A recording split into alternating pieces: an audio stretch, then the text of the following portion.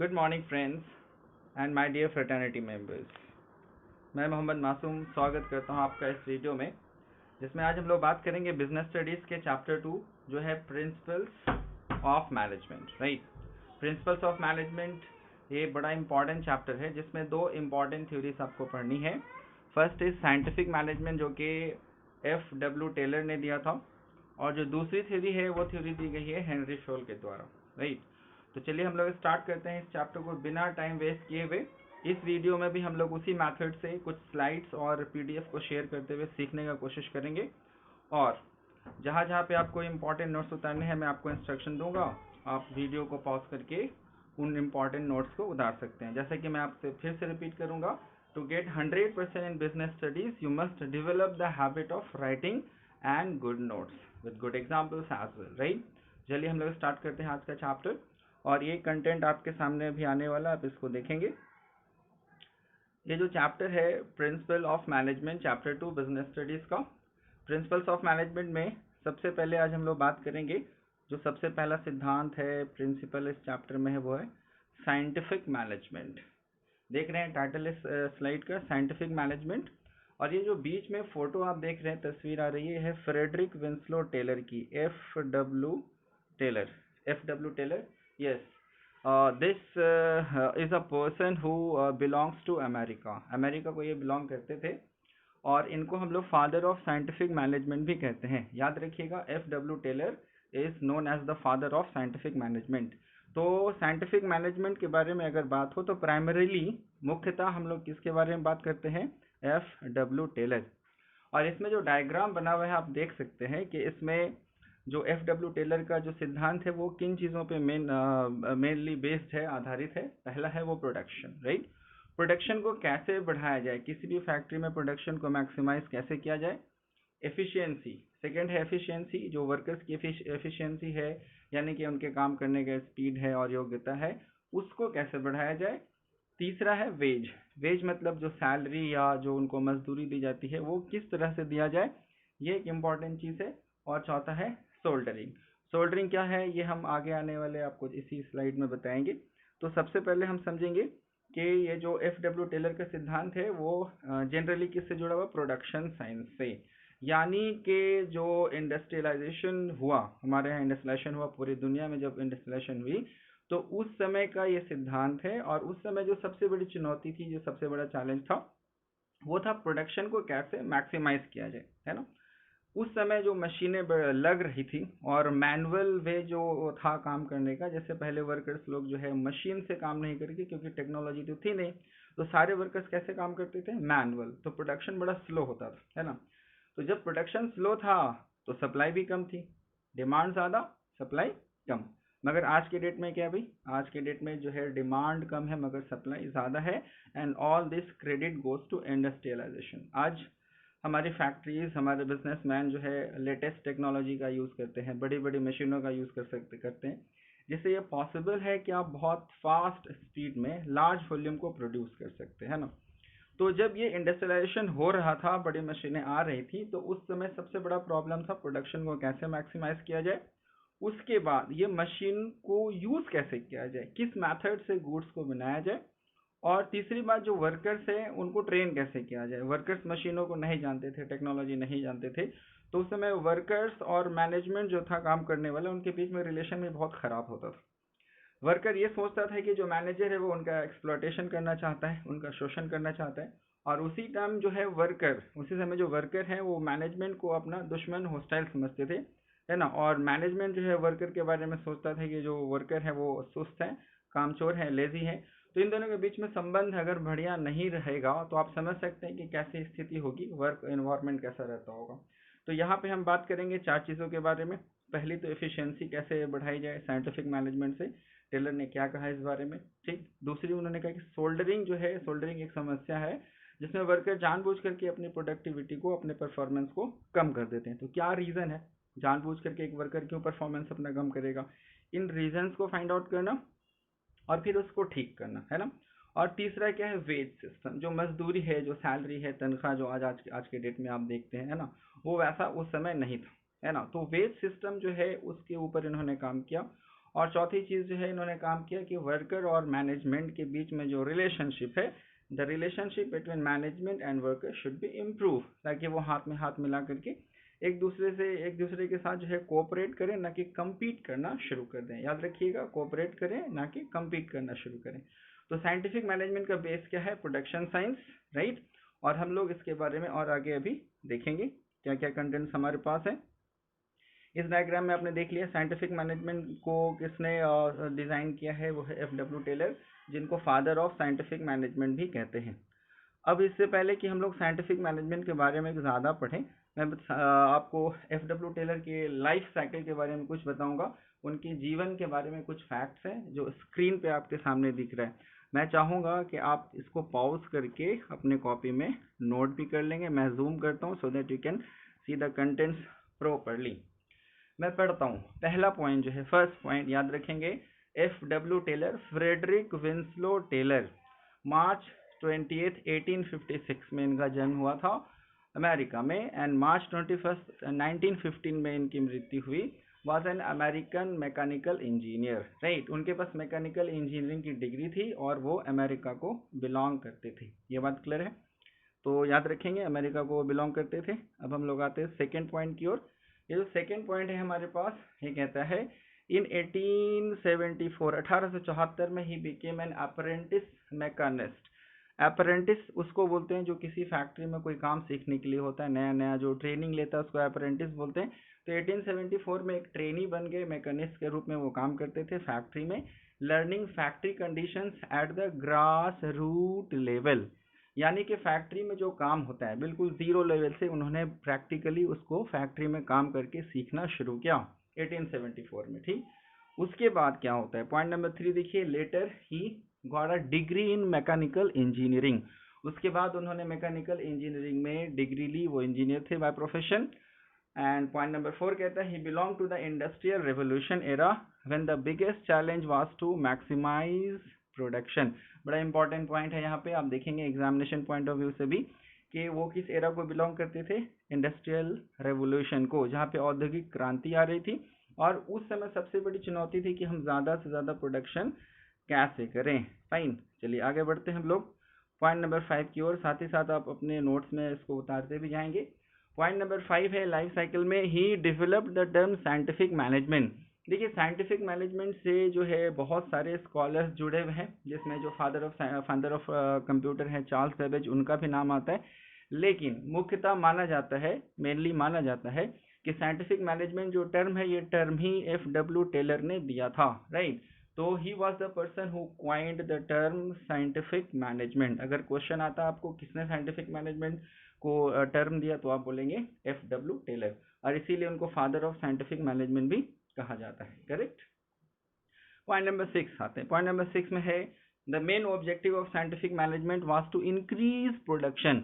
Production को कैसे बढ़ाया जाए, ये सबसे बड़ा चैलेंज था, सबसे बड़ी चुनौती थी। और टेलर ने अपना सारा लाइफ जो है मेनली इसी के ऊपर फोकस किया, प्रोडक्शन को बढ़ाना है, राइट। उसके बाद आते हैं हम लोग पॉइंट नंबर 7 पे। इन 1911 में F W. Taylor published a book, the principles of scientific management, यानी साइंटिफिक मैनेजमेंट के सिद्धांत नाम से उन्होंने एक बुक लाया, 1911 में उन्होंने पब्लिश किया। तो आप देख सकते हैं कि 1911 में उन्होंने ये बुक पब्लिश किया, the principles of scientific management, right. The principal of scientific management जब बुक पब्लिश हुई तो पूरे इंडस्ट्री में समझो तहलका मच गया। It was a kind of revolution, और उनका नाम जो है सारे लोग जान गए, जो उस समय जो स्कॉलर हुआ करते थे, इंडस्ट्रियलिस्ट हुआ करते थे, और जो मैनेजमेंट थ्योरी दे रहे थे, प्रोडक्शन में काम करते थे, वहाँ पे इस बुक ने उनकी एक अलग छवि बनाई, एक स्पेशलिस्ट के तौर पे उनको प्रोजेक्ट किया। और साइंटिफिक जो मैनेजमेंट है वो क्या है एग्जैक्टली, इसी बुक में उन्होंने लोगों के सामने लाया, राइट। तो याद रखिएगा 1911 he published a book, the principles of scientific management. चलिए वापस आते हैं हम लोग। उसके बाद पॉइंट नंबर 8 में देखते हैं, the book establish Taylor as a revolutionary leader in production science. Yes, उनको एक क्रांतिकारी लीडर के रूप में देखा जाने लगा प्रोडक्शन साइंस के टाइम में, प्रोडक्शन साइंस के क्षेत्र में। पॉइंट नंबर 9 पे आते हैं। He was fired from Bethlem steel. देखिए बेथलेम स्टील जो है एक फैक्ट्री थी जिसमें वो काम करते थे, वहां से उनको नौकरी से निकाल दिया गया था। और उसके बाद उन्होंने फिर एक और बुक लिखी और इस बुक का नाम है शॉप फ्लोर। जी हाँ, शॉप फ्लोर उसको हम कहते हैं जनरली फैक्ट्री में जहाँ पे लो लेवल वर्कर काम करते हैं, प्रोडक्शन का काम चलता है, वेल्डिंग का काम करता है, असेंबली का काम चलता रहता है, उस एरिया को हम लोग शॉप फ्लोर कहते हैं। तो शॉप फ्लोर पे उन्होंने एक बुक लिख दी कि वर्कर का जो लाइफ होता है वो कैसे होता है और वो कैसे काम करते हैं। चलिए आते हैं हम लोग लाइफ साइकिल में पॉइंट नंबर 10 पे, एफ डब्ल्यू टेलर के बारे में point number 10। He was selected as the president of the American Society of Mechanical Engineers. देखिए कितनी बड़ी उपलब्धि है, कितना बड़ा अचीवमेंट है ये। उनको जो है ASME यानी American Society of Mechanical engineers के प्रेसिडेंट के रूप में भी सेलेक्ट किया गया। और वहाँ उन्होंने 1906 से 1906 से लेकर 1907 तक वहाँ पे अपना कंट्रीब्यूशन दिया। करेक्ट। अब आते हैं हम लोग पॉइंट नंबर 11 की ओर। He also worked as a professor at Tuck school of business. आप देख सकते हैं एज अ प्रोफेसर भी उन्होंने काम किया और उन्होंने टक स्कूल ऑफ बिजनेस में पढ़ाया था as a professor. He was definitely a scholar. Point number 12 में आते हैं। In 1884 he became an executive at Midvale Steel Company. आप देख सकते हैं एक छोटे वर्कर से लेकर के, है ना, एग्जीक्यूटिव के पोस्ट तक पहुंचना ये एक बहुत बड़ी उपलब्धि है। तो उन्होंने काफ़ी ग्रास रूट लेवल से काम किया है और उसके बाद 1884 में जो है वो मिडवेल स्टील कंपनी के एग्जीक्यूटिव बने। एग्जीक्यूटिव बहुत बड़ा पोस्ट होता है जिसको आप चीफ एग्जीक्यूटिव ऑफिसर आज के डेट में बोलते हैं, राइट। चले आते हैं पॉइंट नंबर 12 की ओर। In 1915 he died due to pneumonia. तो 1915 में जो है एक माइलस्टोन जो है वो खत्म हो गया प्रोडक्शन साइंस का और एफ डब्ल्यू टेलर ने अलविदा कह दिया इस दुनिया को। बात समझ रहे हैं?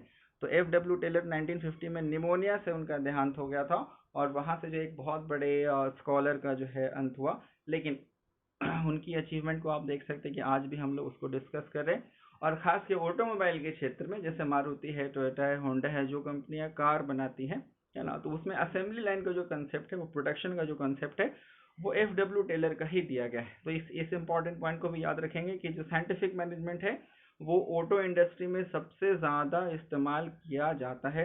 फोर्ड मोटर एक हिस्टोरिकल केस है जो फोर्ड मोटर ने साइंटिफिक मैनेजमेंट का इस्तेमाल किया है। अब हम लोग आगे बात करते हैं कि साइंटिफिक मैनेजमेंट में होता है क्या है एग्जैक्टली, राइट। टेलर के बारे में हम लोगों ने जाना। अब हम लोग बात करेंगे साइंटिफिक मैनेजमेंट एग्जैक्टली क्या होता है, उसकी परिभाषा क्या होती है। चलिए आते हैं डेफिनेशन की ओर हम लोग। ये जो साइंटिफिक मैनेजमेंट का डेफिनेशन है, यहाँ पे मैंने दो अच्छे डेफिनेशन को सेलेक्ट किया है, आप नोट डाउन कर लेंगे। Scientific management means knowing exactly what you want men to do and seeing that they do it in the best and cheapest way. That means आप जो साइंटिफिक मैनेजमेंट है इसका मतलब ये होता है कि आप एग्जैक्टली इस चीज़ को समझिए कि आप लोगों से क्या करवाना चाहते हैं, आपके जो वर्कर्स हैं उनसे आप क्या करवाना चाहते हैं, और फिर ये देखना है कि उनसे वो काम सबसे अच्छे और सबसे सस्ते तरीके से हम कैसे करवा सकते हैं, सबसे सस्ता और सबसे अच्छा। शुरू से ही मैं ये बात बोल रहा हूँ कि मैनेजमेंट दूसरों से काम करवाने की कला को कहते हैं और अभी तो बात बिल्कुल साफ होता जा रहा है। साइंटिफिक मैनेजमेंट किस चीज़ से फोकस करता है कि आप वर्कर से सबसे बढ़िया तरीका, वन बेस्ट वे जो कि साइंटिफिक होना चाहिए, उससे कैसे काम करें, और दूसरा चीप मतलब आपको प्रोडक्शन कॉस्ट को मिनिमाइज करना पड़ेगा। याद रखिए प्रोडक्शन कॉस्ट को मिनिमाइज करना एक बहुत बड़ा ऑब्जेक्टिव था साइंटिफिक मैनेजमेंट का। तो ये तो ठहरा भाई एक डेफिनेशन। आते हैं हम लोग दूसरे डेफिनेशन की ओर। जो दूसरा डेफिनेशन है वो है scientific management is that approach. Scientific management एक वो अप्रोच है विच यूजेज रेशनल का मतलब होता है तार्किक, जो तर्क पे आधारित हो, है ना, रेशनल एंड साइंटिफिक जो वैज्ञानिक हो, scientific methods to increase efficiency and productivity. यानी साइंटिफिक मैनेजमेंट जो है साइंटिफिक मेथड्स को फोकस करता है, ये नहीं कहता कि हम जो कह रहे हैं वो कर लो, वो हर चीज़ का रीज़न बताता है, रिसर्च पे बेस्ड होता है, लॉजिक पे बेस्ड होता है, और मेन फोकस होता है एफिशिएंसी और प्रोडक्टिविटी को बढ़ा देना, राइट। तो ये दो डेफिनेशन आप जो है उसको नोट डाउन कर लेंगे, साइंटिफिक मैनेजमेंट का डेफिनेशन इसको ज़रूर नोट डाउन करेंगे। अब हम लोग आते हैं थर्ड, इसके बाद हमारे पास है, इसमें नटशेल में मैंने शॉर्ट में स्टेप्स या प्रोसेस ऑफ साइंटिफिक मैनेजमेंट को एक्सप्लेन किया हुआ है। ध्यान से देखेंगे steps and process of scientific management में जो पहला स्टेप आ रहा है आपके सामने वो है develop the best way of production. यानी सबसे पहले तो आप प्रोडक्शन का जो सबसे बढ़िया तरीका है उसको निकालें, और ये बढ़िया तरीका कैसे होगा? प्रैक्टिस से होगा, रिसर्च से होगा। तो अब पता लगाए कि आप जो काम कर रहे हैं या करवाना चाहते हैं उस काम को करने का सबसे बढ़िया तरीका क्या होता है। बात समझ रहे हैं? यहाँ पे जो एफ.डब्ल्यू. टेलर है, एफ.डब्ल्यू. टेलर, उनके साथ खास बात क्या थी, जैसे मैंने आपको शुरू में ही बताया कि एफ.डब्ल्यू. टेलर ग्राउंड एक वर्कर के रूप में उन्होंने काम करना शुरू किया, तो वो हर बारीक चीज़ों को समझते थे।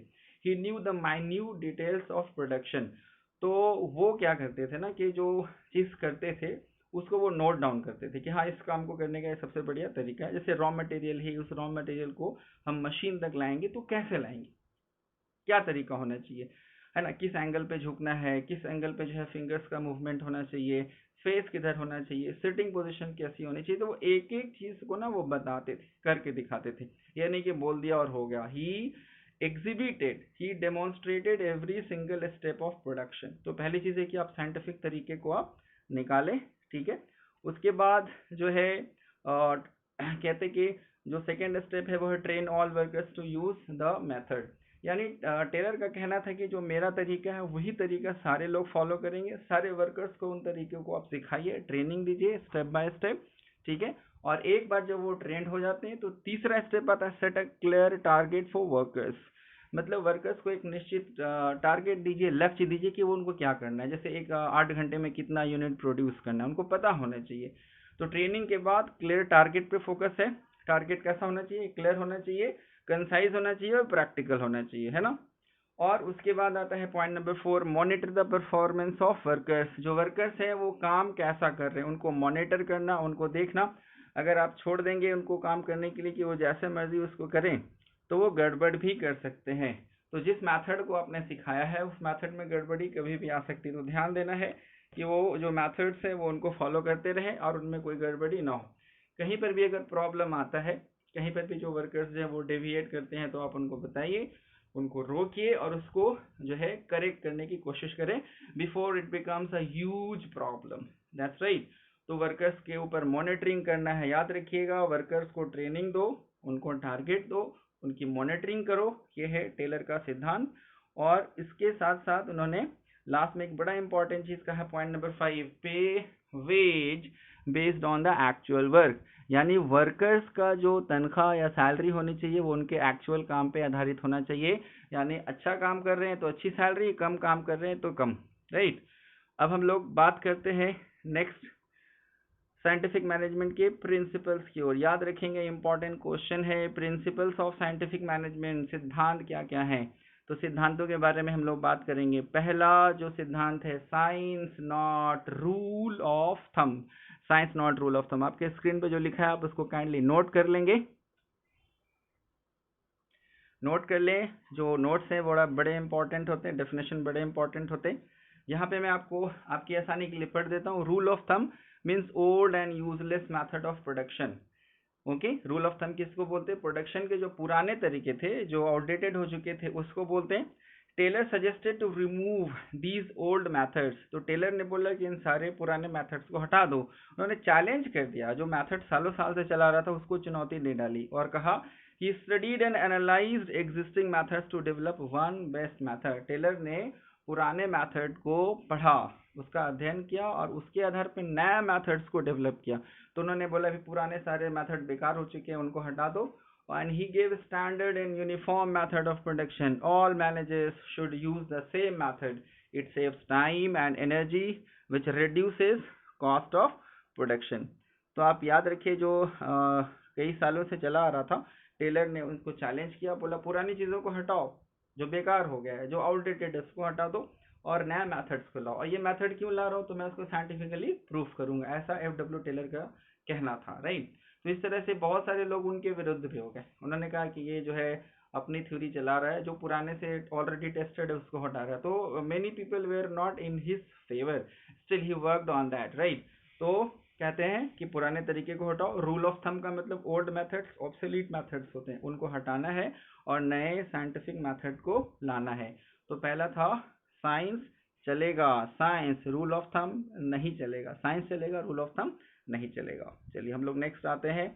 Science not rule of thumb के बाद जो next principle of scientific management, जो सेकेंड पॉइंट आता है, हार्मनी नॉट डिस्कॉर्ड। हार्मनी का मतलब होता है शांति, आपस में जो है सामंजस्य बना करके रखिए, शांति हो, डिस्कॉर्ड नहीं हो, असहमति नहीं हो, झगड़ा नहीं हो। याद रखिएगा उस टाइम जो है वर्कर्स और मैनेजर्स का रिलेशन बढ़िया नहीं था, ये मैंने पहले भी बताया है, उनके बीच में झगड़े होते थे। तो कहते हैं those days workers and managers had hostile relation, है ना, होस्टाइल का मतलब दुश्मनी वाला संबंध था। Manager thought that workers were lazy, managers को लगता था कि वर्कर क्या है, वो सोचते हैं लेजी है, कामचोर है, एंड अवॉइड वर्क, वो लोग काम नहीं करना चाहते हैं। And workers believe that managers exploit them, और वर्कर्स क्या सोचते थे कि मैनेजर उनका शोषण करते हैं। इट अफेक्टेड प्रोडक्शन, भाई जहाँ पे वर्कर मैनेजर की ना सुने, वर्कर मैनेजर की नहीं सुनता, मैनेजर वर्कर की नहीं सुनता, एक दूसरे के बीच में अविश्वास है, बनता नहीं है, तो ऐसे में प्रोडक्शन कहाँ से हो पाएगा और काम कितना खराब होगा। अगर आप जो है अर्ली 80s की मूवी देखेंगे, अमिताभ बच्चन, राजेश खन्ना, तो उसमें आप देखेंगे इन इश्यूज को उठाया गया है, जिसमें जो फिल्म का हीरो होता था वो जो है एक वर्कर है या यूनियन लीडर है, और जो मालिक हुआ करता था, जो मैनेजर हुआ करता था, यूनियन लीडर, वो जनरली किसी विलेन को देते थे ना, शक्ति कपूर है, अमरीश पुरी है, अमजद खान है ना, ये जो आते थे ना, जैसे फिल्मों में जो ये वर्कर्स के जो ऊपर है मैनेजर है या मालिक है, जब वो आते थे तो पब्लिक को लगता था ये आ रहा ना, ये मतलब कमीना टाइप का आदमी आ रहा है। So the managers were projected as villains, आप समझ सकते हैं कि वर्कर और मैनेजर के बीच में जब ऐसा रिलेशन होगा तो क्या होगा, हड़ताल होगा, मारपीट होगी, हिंसा होगी, तो इसमें बिजनेस कैसे होगा भाई, जब एक दूसरे के ऊपर विश्वास नहीं है। इसीलिए जो ये सेकंड प्रिंसिपल है, सेकंड प्रिंसिपल, इसमें क्या कहा, इसमें कहते हैं हार्मोनी होनी चाहिए, डिस्कॉर्ड नहीं होना चाहिए, हार्मोनी नॉट डिस्कॉर्ड, फाइन। तो सेकंड प्रिंसिपल है हार्मोनी नॉट डिस्कॉर्ड। होप आपने इसको लिख लिया होगा, वीडियो पॉज करके आप इसको लिख सकते हैं। अब हम लोग टाइम बिना वेस्ट किए पॉइंट नंबर 3 की ओर बढ़ेंगे, प्रिंसिपल्स ऑफ साइंटिफिक मैनेजमेंट में जो तीसरा पॉइंट है भाई, ये है कोऑपरेशन नॉट इंडिविजुअलिज्म। कोऑपरेशन का मतलब होता है सहयोग, ग्रुप में काम करना, मिल करके काम करना, टीम वर्क पे काम करना। और इंडिविजुअलिज्म का मतलब होता है अकेले अकेले काम करना, हम ही सब कुछ है। अगर आप ये सोचेंगे कि हम अकेले काम कर लेंगे तो कोई भी मैनेजर अकेले काम नहीं कर सकता है, चाहे वो कितना भी एफिशिएंट हो। तो इसमें जो है आप इसको नोट डाउन कर लेंगे, it means management and workers complement each other, मतलब वो एक दूसरे के पूरक होते हैं। मैनेजमेंट जो नहीं कर पाता वो वर्कर करते हैं, और जो वर्कर्स नहीं कर पाता वो मैनेजमेंट करते हैं। Management should listen to workers, इसमें कहा गया कि मैनेजमेंट वर्कर्स को सुने, उनकी सजेशंस को सुने, उनकी शिकायतों को सुने। There should be equal distribution of work between managers and workers, Taylor ने कहा मैनेजर्स और वर्कर्स के बीच में समान कामों का बंटवारा बिल्कुल इक्वल होना चाहिए। Worker should also avoid unreasonable demand, यानी कि जो वर्कर्स है उनको भी अपने अनरीजनेबल बेकार की डिमांड्स को से बचना चाहिए, उनको भी फालतू की डिमांड नहीं करनी चाहिए। तो सहयोग हो, इंडिविजुअलिज्म नहीं हो, राइट। यहाँ पे मैं एक पिक्चर आपको दिखा रहा हूँ, ध्यान को देखेंगे। प्रिंसिपल ऑफ साइंटिफिक मैनेजमेंट में यहाँ पे मैनेजर और वर्कर के बीच में जो कन्फ्लिक्ट है उसको दिखाया जा रहा है, देख रहे हैं आप, तो देखिए क्या है इसमें। एक रस्सी है, आप मान ले बाएं साइड मैनेजर है और दाएं साइड वर्कर्स है। तो मैनेजर अपनी रस्सी को खींच रहा है, वो उसको हराना चाहता है, और जो वर्कर्स है वो मैनेजर्स को खींच रहे हैं, वो इसको हराना चाहता है। Common work place conflict, conflict का मतलब होता है विवाद। I will win you will lose, I will win you will lose, क्या ऐसे बिजनेस चलेगा? बिल्कुल भी नहीं चलेगा। तो हम कहते हैं भाई to run a business smoothly there should be cordial relationship. Management should listen to the suggestions of workers, उनको ये नहीं समझना चाहिए ये नौकर है, ये गुलाम है। They should think that they are a partner in the business. And even low level manager भी जो है, वो लो लेवल वर्कर जो है वो भी बहुत इंपॉर्टेंट सजेशन दे सकता है, इसमें जो है कोई दो राय नहीं है। तो अगर एक दूसरे के बीच में तालमेल बढ़िया हो, वर्कर्स को इज्जत मिले, रिस्पेक्ट मिले, और वर्कर्स भी मैनेजर्स को सम्मान दे, तो डेफिनेटली एक बढ़िया वर्क कल्चर बनाया जा सकता है। चलिए, तो ये जो है क्लियर हो चुका होगा आपका।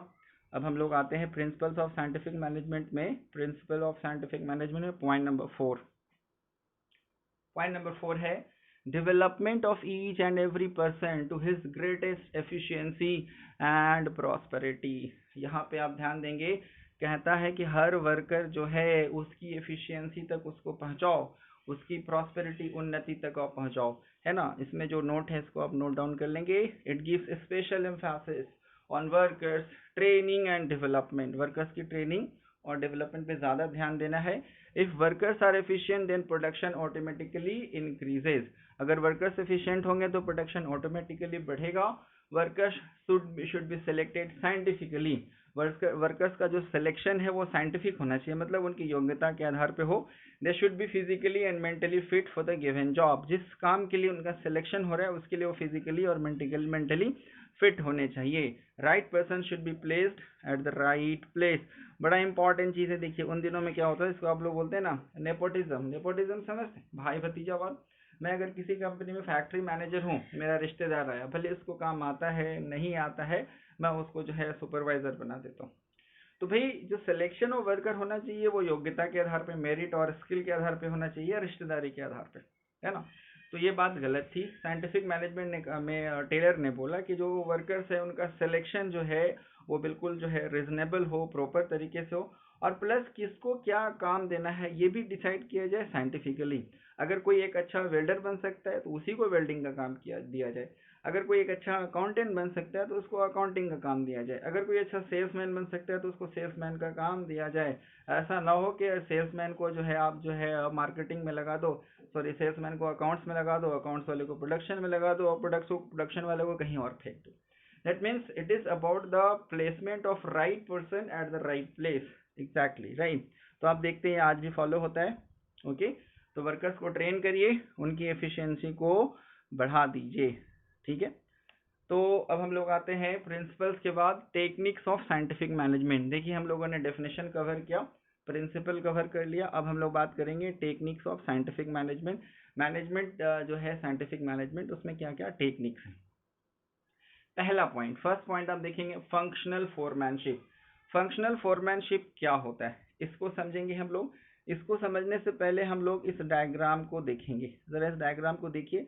फंक्शनल फोरमैनशिप में आप देख सकते हैं यहाँ पे क्या है, सबसे ऊपर एक फैक्ट्री मैनेजर है ना, एक आदमी है जो पूरी फैक्ट्री को मैनेज कर रहे हैं।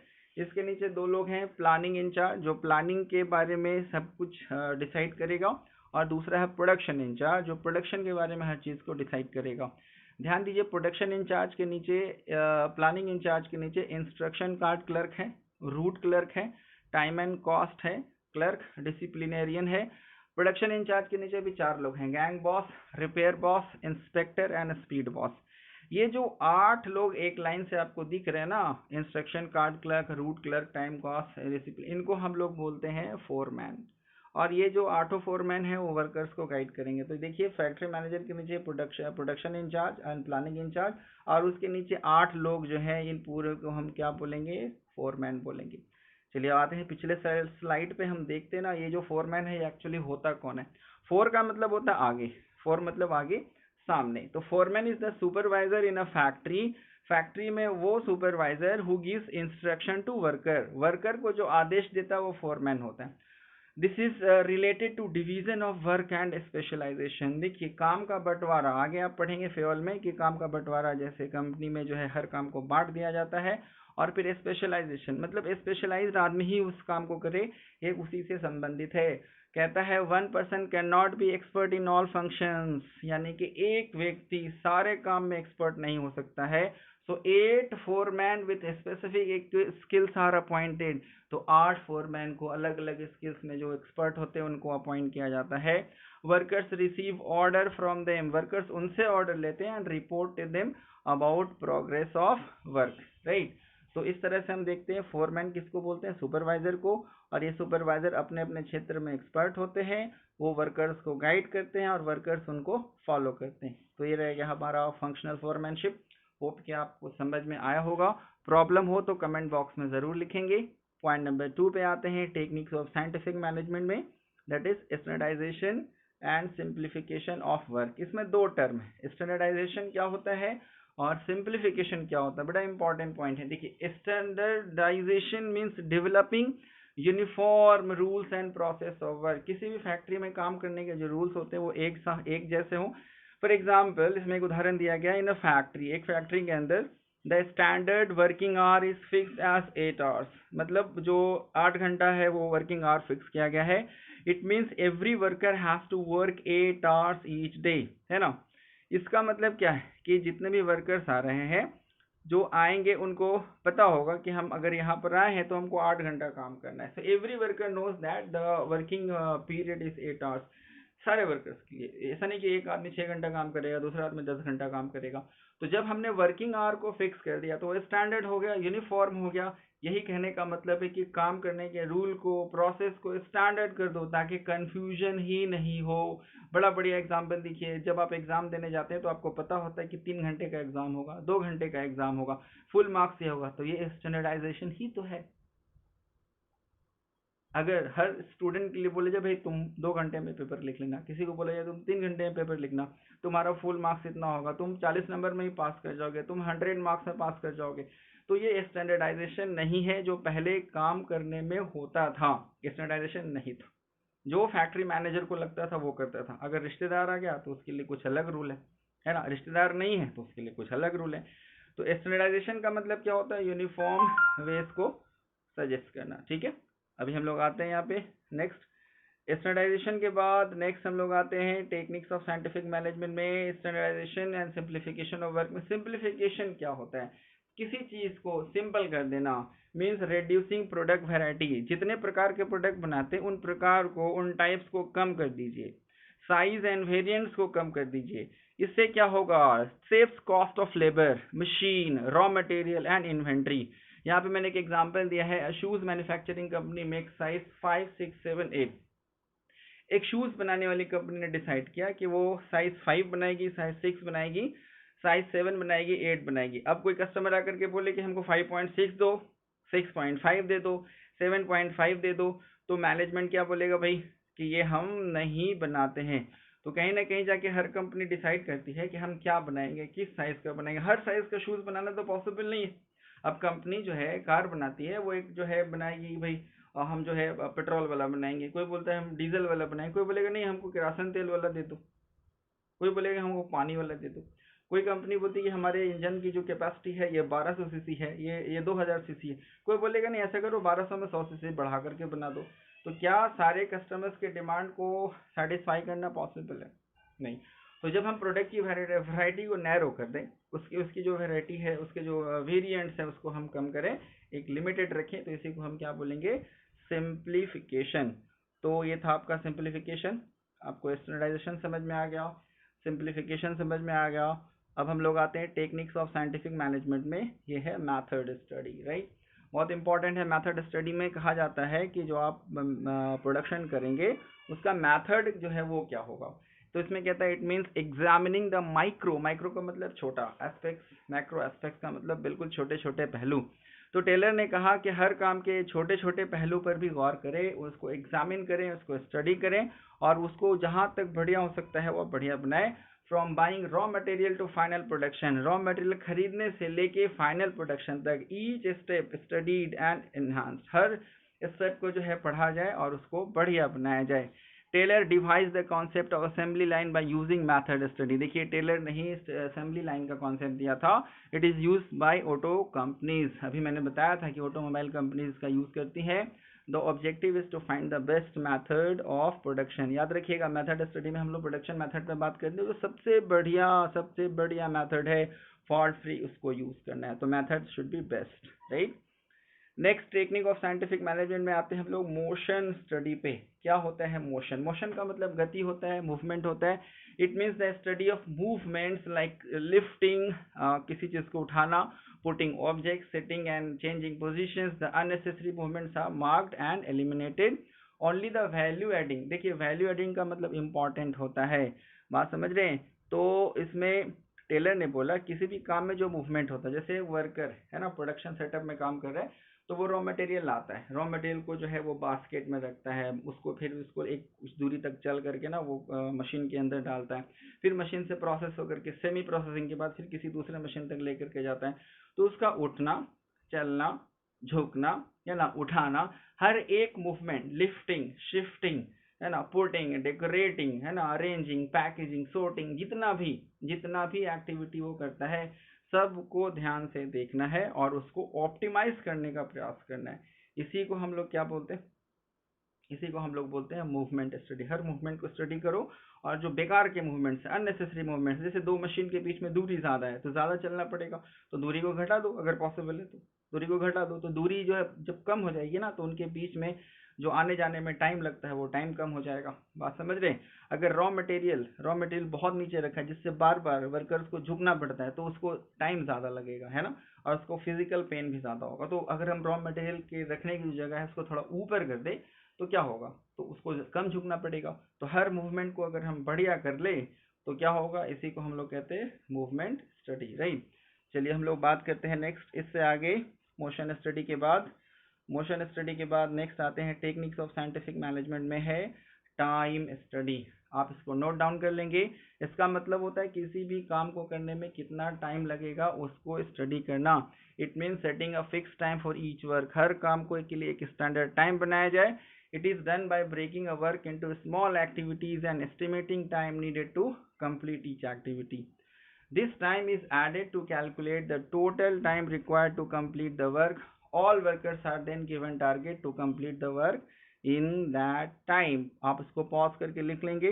देखिए हुआ क्या, जैसे आप एग्जाम्पल मान लीजिए कि आप जो है अब देख रहे कि आपको जो है खाना बनाना, राइट। जब वो खाना बनाना है तो आप उसमें क्या क्या चीज़ें क्या क्या एक्टिविटीज़ होती हैं। तो सबसे पहले आप जो है वेजिटेबल्स को चॉप करते हैं, फिर आप उसको धो लेते हैं, है ना। धोने के बाद फिर जो है यूटेंसिल्स को आप तैयार करते हैं, बर्तन को तैयार करते हैं।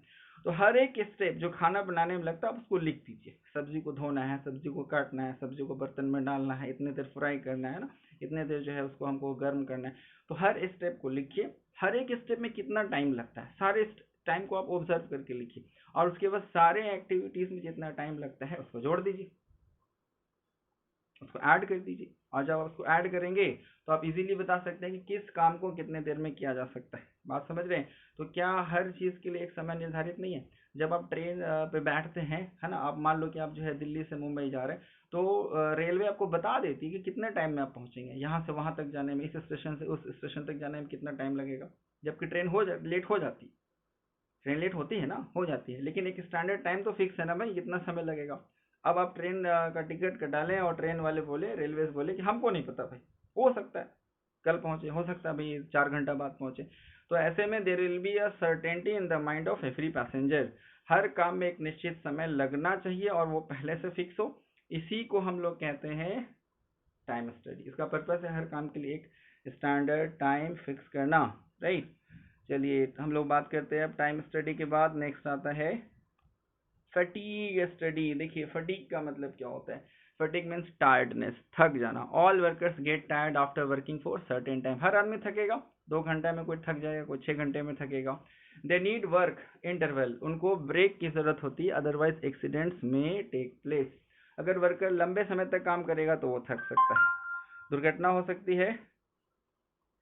ऐसे में क्या है कि उसको रेस्ट देना है। अब किसको कितने देर के लिए रेस्ट देना है ये डिसाइड करना बड़ा इंपॉर्टेंट होता है। तो fatigue study is done to determine work intervals and frequency.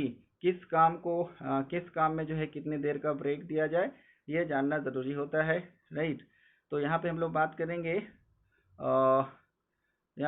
करेंगे कि जो वर्कर्स हैं उनको किस काम में कितना थकावट होता है, किसी में फिजिकल पेन ज़्यादा होता है, किसी में मेंटल पेन ज़्यादा होता है। तो इस चीज़ को डिसाइड करना कि किस काम में कितने देर का ब्रेक दिया जाए, कितनी बार ब्रेक दिया जाए, है ना। तो इसी को हम लोग कहते हैं फटीग स्टडी, एग्जैक्टली।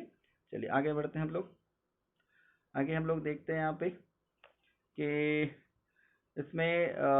इसके में एक टर्म हम लोग ले रहे हैं, वो है सोल्डरिंग। सोल्डरिंग क्या होता है? देखिए soldiering is a tendency of workers to work at slow pace. Worker का एक टेंडेंसी होता है कि वो स्लो पेस पे काम करने लगता है, वो जानबूझ करके अपने प्रोडक्शन को कम कर देता है, स्पीड को कम कर देता है। ऐसा क्यों हो सकता है? It may be because of inefficient management, faulty wage system etcetera. मान लीजिए कि आप जो है किसी फैक्ट्री में, किसी कंपनी में जाते हैं, बहुत बढ़िया काम करने वाले एफिशिएंट वर्कर हैं, लेकिन जब आप जाते हैं देखते हैं हर आदमी स्लो काम करता है ना, सुस्त है, स्लो है। ऐसे में अगर आप ज़्यादा काम करेंगे तो सब लोग मिल करके आपके पीछे पड़ जाएगा। तो आप क्या कर सकते हैं, या तो आप सबसे पंगा लीजिए, या तो आप भी उनकी तरह धीरे धीरे अपने परफॉर्मेंस को कम करिए। तो सोल्डरिंग का मतलब होता है जब कोई वर्कर जानबूझ करके, है ना, किसी न किसी रीज़न से अपने परफॉर्मेंस को कम करता है, ज़्यादा काम कर सकता है लेकिन कम करता है, तो इसको हम लोग कहते हैं सोल्डरिंग। बहुत बड़ी प्रॉब्लम हो गई, एक को देख करके दूसरा, दूसरे को देख करके तीसरा अगर सोल्डरिंग करेगा, so that will be huge problem for the organization, right. तो ये सोल्डरिंग जो है एक बहुत बड़ी समस्या थी उस समय। यहाँ पे इसको आप लिख लेंगे, आगे मैं बात करूंगा कि इसके लिए टेलर ने क्या किया। डिफरेंशियल वेस्ट सिस्टम, याद रखिए क्वेश्चन आता है, डिफरेंशियल वेस्ट सिस्टम क्या होता है। देखिए डिफरेंशियल वेस्ट सिस्टम को समझने के लिए आपको मैं ये एक एग्जांपल बताऊंगा, इसको देखिए आप। डिफरेंशियल वेस्ट सिस्टम, यहाँ मैंने एक डेमोन्स्ट्रेशन दिया है। इस यहाँ पे देखिए स्टैंडर्ड टारगेट सेट किया गया 10 यूनिट, ऊपर में देखेंगे आप, यानी कि हर वर्कर को 10 यूनिट बनाना है। अब देखिए वेज रेट क्या है, फॉर 10 और मोर यूनिट्स ₹50 पर यूनिट, यानी अगर कोई 10 यूनिट बनाएगा या उससे ज़्यादा बनाएगा तो उसको 1 यूनिट के लिए ₹50 मिलेगा, ठीक है। लेकिन अगर कोई 10 से कम बनाएगा तो उसको ₹40 मिलेगा 1 यूनिट का। यहाँ पे मैंने दो वर्कर का तुलना किया है, बाएं साइड में देखिए रमेश है और दाएं साइड में जो है वो सुरेश है। जो रमेश है उसने टोटल प्रोडक्शन किया 10 यूनिट्स, तो उसका जो वेज बनेगा वो ₹50 के अकॉर्डिंगली। तो 10 यूनिट्स उसने बनाया है तो उसको ₹50 के अकॉर्डिंगली कितना मिला, 500। उसने एक दिन में ₹500 कमाया, ठीक है। जबकि वर्कर सुरेश जो है वो 9 यूनिट्स बनाता है, तो चूंकि 9 यूनिट्स बनाया है, 10 यूनिट से कम है, तो रूल के अकॉर्डिंगली उसको ₹40 पर यूनिट के रेट से 9 रुपीज़ इंटू 40 ₹360 मिलेगा। यानी कम प्रोडक्शन करोगे तो कम पैसा, ज़्यादा प्रोडक्शन करोगे तो ज़्यादा पैसा। तो यहाँ पे क्या किया गया है, यहाँ पे जो है वर्कर के वेज को, उसकी मजदूरी को उसके एक्चुअल प्रोडक्शन से जोड़ दिया गया। इसको आप लिख लेंगे। पहले टाइम वेस्ट सिस्टम चलता था, earlier time wage system was followed. In this all workers salary was fixed, सारे वर्कर्स की सैलरी फिक्स हुआ करती थी। तो जब वर्कर्स की सैलरी फिक्स कर दोगे आप, तो काम क्यों करेगा, वो बोलेगा कम काम करो या ज़्यादा काम करो, पैसा तो उतना ही मिलना है, तो वो कम काम करता था, है ना। In differential wage system worker is paid for the actual work done by him. अभी आपको मैंने एग्जांपल दिया, 50 यूनिट किया तो उसका वेज रेट ज़्यादा था, 40 उससे कम किया, टारगेट से कम किया तो उसको कम पैसा मिला। Efficient workers get higher wage than inefficient workers because of difference in wage rate कम होने की वजह से, ठीक है। तो differential wage system it is also called piece rate wage system. याद रखिएगा डिफरेंशियल वेज सिस्टम को पीस रेट वेज सिस्टम कहते हैं। पीस रेट वेज सिस्टम क्यों कहते हैं, पीस रेट वेज सिस्टम कहने का मतलब है कि पीस के अकॉर्डिंगली, यूनिट के अकॉर्डिंगली पेमेंट यहाँ पे किया जाता है। यहाँ पे इसका मैंने स्टेप एग्जांपल एक और बताया है डिफरेंशियल वेज सिस्टम का। देखिए पहला पॉइंट कहता है workers are given target to produce 10 units in a day. एक एग्जांपल है, कोई जरूरी नहीं, किसी फैक्ट्री में 100 यूनिट भी हो सकता है, 50 यूनिट भी हो सकता है। इसमें कहा गया 10 यूनिट जो है वो बताया गया। इफ अ वर्कर, इसका रूल है, इफ अ वर्कर प्रोड्यूसेस 10 और more units he is paid ₹50 per unit. If a worker produces less than 10 he is paid ₹40 per unit. It means more work means more money and lace work means less money. तो अब आपके पास यानी workers के पास पूरा reason है कि वो ज़्यादा काम करे, क्योंकि काम को टारगेट से जोड़ दिया गया। यहाँ पे हम लोग आते हैं, लास्ट स्लाइड है हमारा, advantages of scientific management. Scientific management के क्या क्या फायदे। पहला, इंक्रीज इन प्रोडक्शन, प्रोडक्शन बढ़ता है। क्यों बढ़ जाता है, क्योंकि हम एफिशिएंसी बढ़ाते हैं, वर्कर्स की ट्रेनिंग देते हैं, है ना, तो एफिशिएंसी बढ़ेगी, प्रोडक्शन भी बढ़ेगा। दूसरा पॉइंट कहता है रिडक्शन इन कॉस्ट, क्योंकि हम लोग बेस्ट मेथड को यूज करते हैं तो रॉ मटेरियल का कॉस्ट, वर्कर का कॉस्ट कम होगा तो खर्च भी कम आएगा। तीसरा, यूनिफॉर्म प्रोडक्शन मेथड, हर प्रोडक्शन जो होगा वो एक ही तरीके से होगा। स्टैंडर्डाइजेशन आपने पढ़ा, स्टैंडर्डाइजेशन के कारण यूनिफॉर्म प्रोडक्शन मेथड का बेनिफिट मिलता है। पॉइंट नंबर 4 है एफिशिएंट यूटिलाइजेशन ऑफ रिसोर्सेज, क्योंकि हर चीज को सिंप्लीफाई कर दिया गया है ना, वर्कर्स को ट्रेन कर दिया गया, हर चीज का जो यूटिलाइजेशन है, इस्तेमाल है, वो प्रॉपर हो रहा है। तो पॉइंट नंबर 4 कहता है एफिशिएंट यूटिलाइजेशन ऑफ रिसोर्सेज। पांचवा कहता है फेयर वेज सिस्टम। अभी मैंने बताया कौन सा वेज सिस्टम टेलर ने सजेस्ट किया था, डिफरेंशियल वेज सिस्टम या पीस रेट वेज सिस्टम। तो वेज सिस्टम फेयर हो गया, ज्यादा काम करने वाले अच्छे वर्कर है तो ज्यादा पेमेंट, कम वर्कर है तो कम पेमेंट, है ना, अच्छा परफॉर्मेंस नहीं है तो। And point number 6, better manager worker relationship, worker और मैनेजर के बीच में रिलेशनशिप भी अच्छी हो गई, क्योंकि वर्कर को पता है ज्यादा काम करेंगे तो ज्यादा पैसा मिलेगा, मैनेजर को भी पता है कि हाँ अब जो है सारी चीजें जो है साइंटिफिक है, तो मैनेजर और वर्कर एक दूसरे के बीच में कोऑपरेशन बढ़ता है और वो जो है आपस में सहयोग से काम कर पाते हैं। बात समझ रहे हैं। तो ओवरऑल हम देखें साइंटिफिक मैनेजमेंट जो है कितना इफेक्टिव है और आज के डेट में भी जो है प्रोडक्शन में इसका इस्तेमाल होता है। तो इंपॉर्टेंट पॉइंट्स मैं फिर से आपसे रिपीट करूंगा। फ्रेडरिक विंस्लो टेलर अमेरिका को बिलोंग करते थे, वो जो है मैकेनिकल इंजीनियरिंग की डिग्री थी उनके पास। वो बिल्कुल ग्रास रूट लेवल से जो है एग्जीक्यूटिव के लेवल तक पहुंचे थे। उन्होंने जो है सोल्डरिंग की समस्या को दूर कर दी, उन्होंने प्रोडक्शन को बढ़ाने का तरीका बताया, उन्होंने जो बताया वो था स्टैंडर्डाइजेशन, सिंप्लीफिकेशन, है ना। और जो वेज रेट उन्होंने दिया था उसका नाम है डिफरेंशियल वेज सिस्टम, याद रखेंगे, और पीस रेट वेज सिस्टम। उम्मीद करता हूँ कि आपको ये समझ में आया होगा साइंटिफिक मैनेजमेंट। आज के लिए बस इतना ही। इसके अगले वीडियो में हम लोग दूसरे प्रिंसिपल पे बात करेंगे, हेनरी फ्योल, बहुत ही इंपॉर्टेंट है हेनरी फ्योल। तो साइंटिफिक मैनेजमेंट के बाद मिलते हैं अगले वीडियो में हेनरी फ्योल, राइट। तो चलिए, तब तक के लिए अलविदा, गुड बाय, टेक केयर।